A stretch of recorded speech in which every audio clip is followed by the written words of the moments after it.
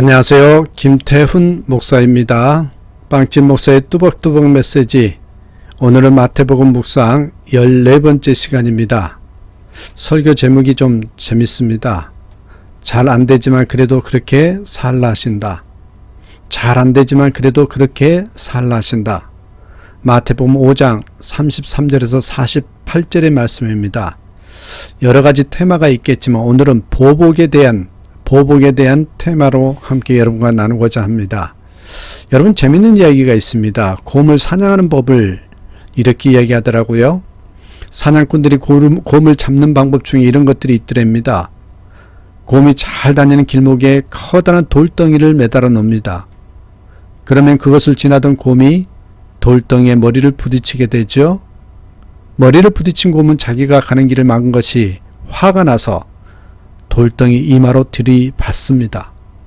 그러면 돌덩이는 저만큼 밀려갔다가 다시 곰을 향해서 밀려와 곰을 들이받지요.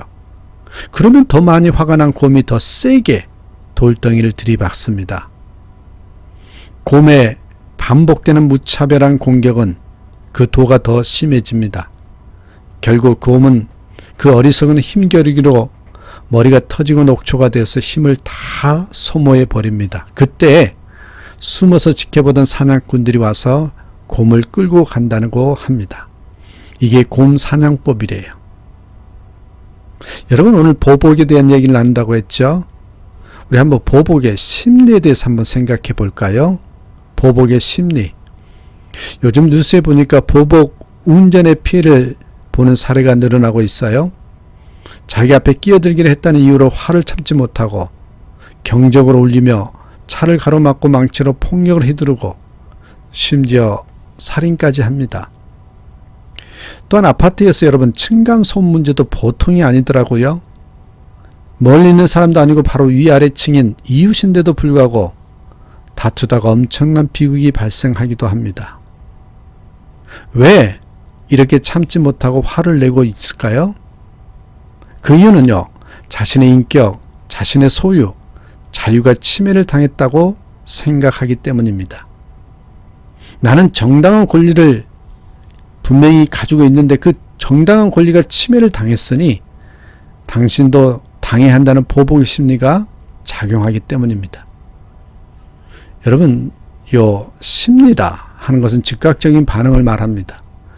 인격적으로 모욕을 당했으니 나도 즉각적으로 욕을 해야 하고, 내 것을 빼앗겼으니 나도 즉각적으로 당신의 것을 빼앗고 파괴해야 한다는 생각이 납니다. 내 몸이 상했으니 당신도 나처럼 다쳐봐야 한다라는 뭐가 작동돼요? 심리가 작동되고 심리가 작용을 하는 겁니다. 이런 즉각적인 반응은 문제 해결을 당연히 못하죠. 오히려 악순환을 가져옵니다. 욕을 먹었을 때는 여러분, 미안합니다, 잘못했습니다, 주먹에 맞았을 때 잘못했습니다, 죄송합니다, 그렇게 말할 사람이 몇 명이나 되겠습니까? 억울함을 참지 못해 밤새도록 운다고 해도 누가 내 마음을 위로하고 치유하거나 보상하지 못하는 것입니다. 더 큰 상처로 쌓이게 됩니다. 이것이 오랜 세월 동안 쌓이면 그 자체가 당연히 불행한 일이 되겠지요. 그래서 별일도 아닌데 참지 못하고 화를 내고 보복하려는 마음이 생깁니다. 여러분, 보복의 원리를 대해서 성경에는 어떻게 나와 있는지 한번 보실까요? 예수님은 구약의 보복의 법칙에 대해서 말씀해요. 38절 보세요. 또 눈은 눈으로, 이는 이로 갚으라 했다는 것을 너희가 들었으나. 그리고 근데 이 말씀은 여러분, 구약에서 인용한 거거든요. 출애굽기 21장 23절 25절에 인용하고 있어요. 그러나 다른 해가 있으면 갚되 생명은 생명으로, 눈은 눈으로, 이는 이로, 손은 손으로, 발은 발로, 된 것은 된 것으로, 상하게 한 것은 상함으로, 때린 것은 때림으로 갚을지니라. 레위기 20장 24절에서도 이 상해 보복의 원칙이라고 그러죠. 이렇게 얘기를 해요. 상처에는 상처로, 눈에는 눈으로, 이에는 이로 갚을지라. 남에게 상해를 입힌 그대로 그에게 그렇게 할 것이며. 또 여러분, 한 구절 더 보시면 신명기 19장 21절에도 내 눈이 긍휼을 영이지 말라, 생명에는 생명으로, 눈에는 눈으로, 이에는 이로, 손에는 손으로, 발에는 발로이니라 라고 했습니다. 여러분, 우리 하나님은 정의로우신 분이잖아요. 그런데 우리의 그런 심리 때문에 우리의 의분심과 보복심이 있는데 그것을 허락하십니다. 단 조건이 있어요. 받은 만큼 돌려주어야 한다는 겁니다. 받은 것만큼. 반드시 눈에는 눈, 이에는 이에만 보복해야 합니다. 그 이하도 그 이상도 보복해서는 안 됩니다. 그 선을 넘어가면 그것은 바로 정의가 아니라는 거예요. 잘못된 것이라는 거예요. 그래서 여러분, 보복에 대한 예수님의 관점을 한번 우리 본론으로 들어가 보겠습니다. 하나님이 보복의 법칙을 주신 것은 여러분 분명히 아셔야 돼요. 이게 핵심이에요. 보복의 법칙을 주신 것은 보복 자체에 핵심이 있는 것이 아니라 먼저 이웃을 사랑해서 이웃의 인격이나 생명, 소유, 명예, 자유를 보호할 것을 규정한 것입니다. 보복의 법칙은 그래서 여러분 또 다른 이웃사랑의 법이다 이렇게 말할 수 있어요. 그래서 예수님께서는 본래의 율법 정신이 무엇인지를 가르쳐 줍니다. 여러분 마태복음 5장 17절에 나와 있잖아요. 내가 율법이나 선지자를 폐하려 온 줄 생각하지 말라. 폐하려 온 것이 아니요 완전하게 하려 함이라고 했습니다. 예수님이 이 땅에 오신 목적이 요 율법과 선지자의 가르침을 완전하게 하려 합니다. 이 완전이라는 의미가 중요해요. 이 말은 채우다, 충만하다, 가득하다라는 뜻입니다. 율법과 선지자의 가르침이 부족했는데 그 부족한 부분을 예수님이 가득 채워서 충만하게 하겠다는 것이죠. 율법의 참된 정신을 이해하지 못하고 눈에 보이는 문자적인 의미로만 생각하고 그 뜻을 지키려고 한다면 세상은 아름답지 못할 것입니다. 이 세상은 당연히 온통 미움과 증오, 보복으로만 가득하게 되겠죠. 예수님은 오늘 본문에서 세 가지 사례를 제시합니다. 이 말씀의 핵심은요, 이제부터는 보복의 법칙을 버리고 이웃을 사랑하라 하는 것이라고 했죠. 이 보복의 법칙을 버리란 말은 인간이 이 법을 지킬 만큼 정의롭지 못하기 때문입니다. 여러분 사실 죄인들끼리 정의롭게 살려 하지 말고 더 핵심은 뭐냐? 사랑으로 살 것을 요구합니다. 자, 그러면 예수님이 제시하는 세 가지 문제는 뭘까요? 먼저 첫 번째입니다. 첫 번째는 여러분 인격 모독의 문제입니다. 39절 보실까요? 나는 너희에게 이르노니 악한 자를 대적하지 말라. 누구든지 내 오른편 뺨을 치거든 왼편도 돌려대며. 한마디로 무슨 말일까요? 악한 자를 대적하지 말라입니다. 어느 때에 내 오른편 뺨을 어느 때요? 바로 네 오른편 뺨을 맞았을 때. 오른편 뺨을 맞았다는 것은 상대방이 손등으로 맞았다는 것을 의미합니다. 여러분 유대사에서는 손등으로 맞았다는 것은 그 사람의 인격을 완전히 모독했다는 의미랍니다. 그냥 맞아도 기분이 상한데 손등으로 맞았으니 그 사람이 당하는 모욕감, 굴욕감은 참을 수 없지요. 명예훼손이라도 고소하고 싶은 심정일 것입니다. 그래서 예수님은 손등으로 때린 사람을 악한 자라고 규정하고 보복하지 말고 왼편까지 돌려대라고 말씀합니다. 아까 말씀드린 것처럼 심리란 즉각적인 반응인데 보복의 반응이 아니라 오히려 자신의 왼편까지 때리려고 반응하는 것은 어떻게 가능합니까? 이게 가능할까요? 근데 가능하답니다. 생각의 변화를 말하는 겁니다. 지금 내 앞에 있는 자는 악한 자입니다. 원수입니다. 여러분 원수를 이기는 방법이 무엇이라고요? 절대로 보복의 생각으로 이길 수 없다는 거예요. 불가능하다는 거예요. 오히려 더 큰 화만 자초합니다. 결론은 뭐래요? 하나님 원수를 갚지 말고 원수를 사랑하라고 말씀합니다. 여러분 알겠는데 쉽지 않죠? 두 번째는 여러분 예수님이 제시하는 것 중에 소유 침해의 문제입니다. 소유 침해의 문제. 40절 보실까요? 또 너를 고발하여 속옷을 가지고자 하는 자에게는 겉옷까지도 가지게 하며. 고발한 자가 누구냐면 39절에 보면 악한 자입니다. 내가 잘못도 하지 않았는데 내 것을 빼앗으려고 고발합니다. 예수님은 겉옷까지 주라 하시죠.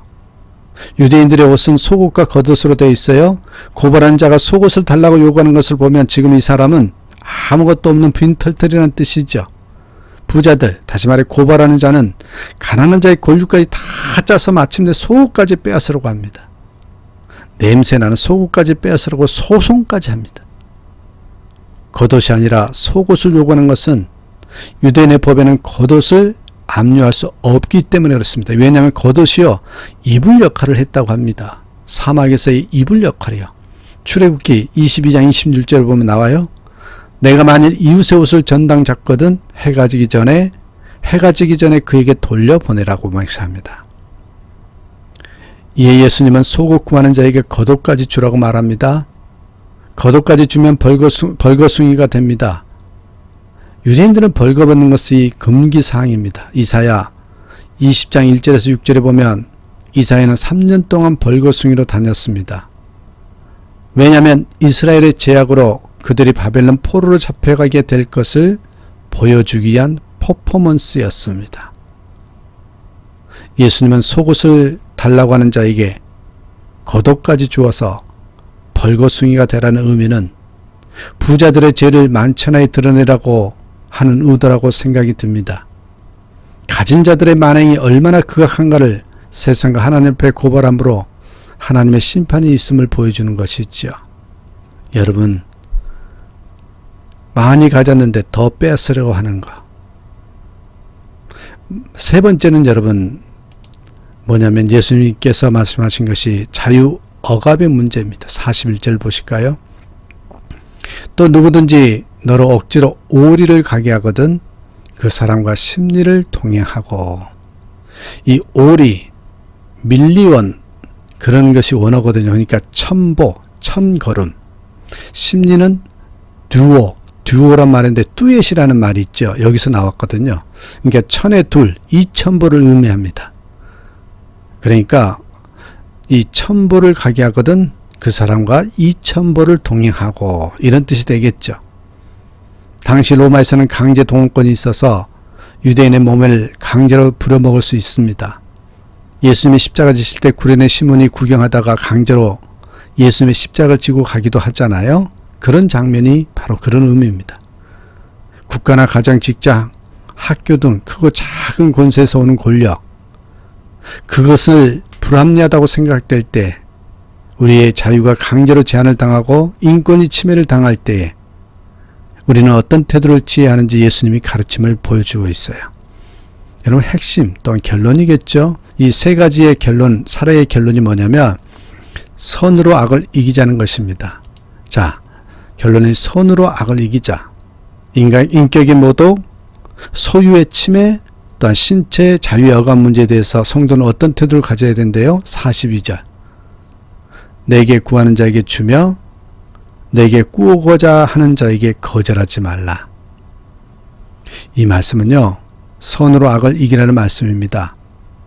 세상은 보복으로 가득 차 있습니다. 이 악한 세상을 이기고 승리하는 길은 선을 채우는 일입니다. 예수님은 너희 착한 행실로 하나님께 영광을 돌리라고 합니다. 내가 가진 것은 없습니다. 다 빼앗겼습니다. 현실적으로 내가 가진 것은 빈 몸뚱이 뿐입니다. 그렇지만 내가 그들에게 줄 수 있는 것이 있대죠. 그것이 무엇입니까? 이웃을 향한 선한 마음입니다. 모든 것을 다 빼앗긴 것 같지만 우리의 마음까지, 하나님의 사랑까지 빼앗기지 않았습니다. 예수님이 십자가에서 주신 사랑으로 구하는 자에게 주며 꾸고자 하는 자에게 거절하지 않는, 선으로 악을 이기는 그런 반대 정신으로 살아가는 저와 여러분 되시길 간절히 축원합니다. 쉽지 않지만 그래도 살아보려고 하는 그런 마음을 가져보는 저와 여러분이 되시기를 주님의 이름으로 간곡히 부탁드립니다. 감사합니다.